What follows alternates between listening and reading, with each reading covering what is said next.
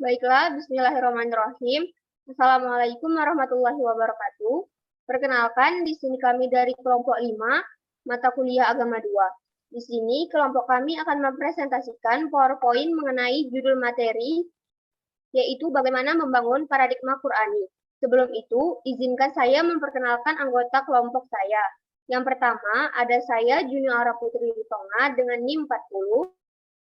Kemudian ada rekan saya, Prima Septiana dengan NIM 58, ada Tiara Nasela dengan NIM 70, ada Dita Afika Musdalifa dengan NIM 16, kemudian ada Izdi Hari Nashwa dengan NIM 44, ada Ubaidillah dengan NIM 74.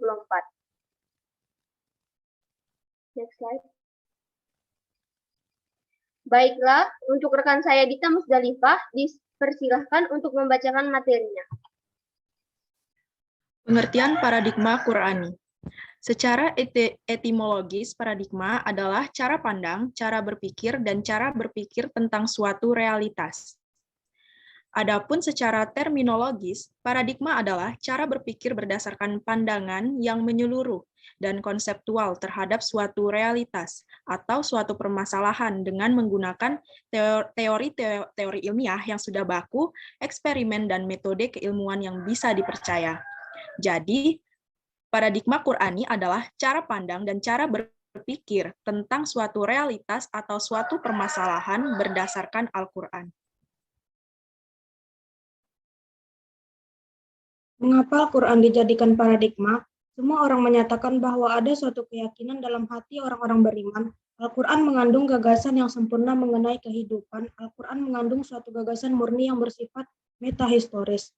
Menurut Kunto Wijoyo 2008, Al-Quran sesungguhnya menyediakan kemungkinan yang sangat besar untuk dijadikan cara berpikir. Struktur transendental Al-Quran adalah sebuah ide normatif filosofis yang dapat dirumuskan menjadi paradigma teoritis. Paradigma Qur'ani akan memberikan kerangka bagi pertumbuhan ilmu pengetahuan empiris dan ilmu pengetahuan rasional yang orisinal.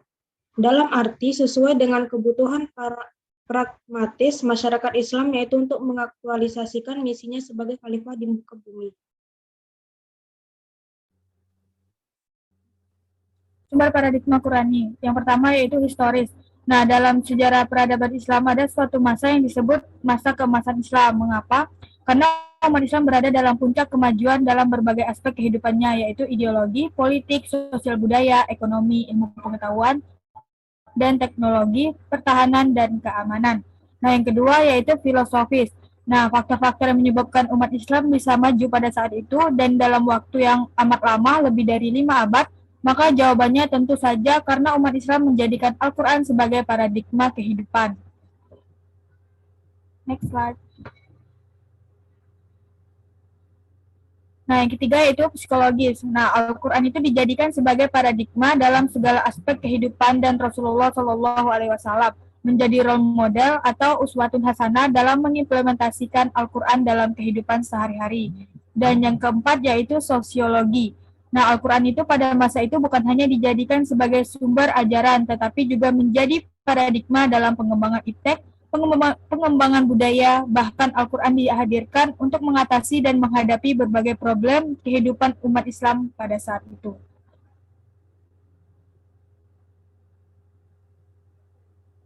Yang kelima yaitu pedagogis.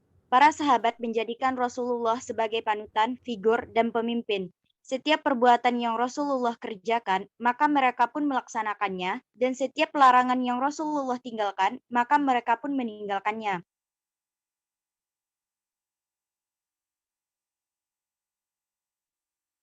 Esensi dan urgensi paradigma Qur'ani dalam menghadapi kehidupan modern. Langkah-langkah untuk lebih maju agar tidak tertinggal oleh peradaban Barat. Kunci sukses dunia Islam tentu saja adalah kembali kepada Al-Quran. Yang pertama, memadukan sistem pendidikan Islam. Kedua, meningkatkan visi Islam dengan cara mengukuhkan identitas Islam. Yang ketiga, penegasan prinsip-prinsip pengetahuan Islam.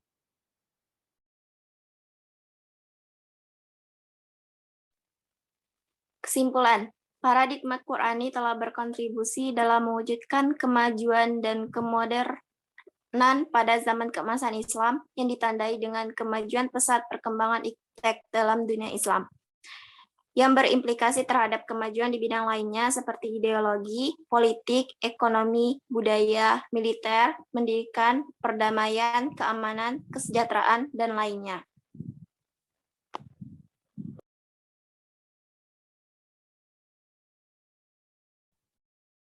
Baiklah, sekian presentasi dari kelompok kami, kelompok 5. Kami berharap apa yang kami presentasikan dapat diambil materinya.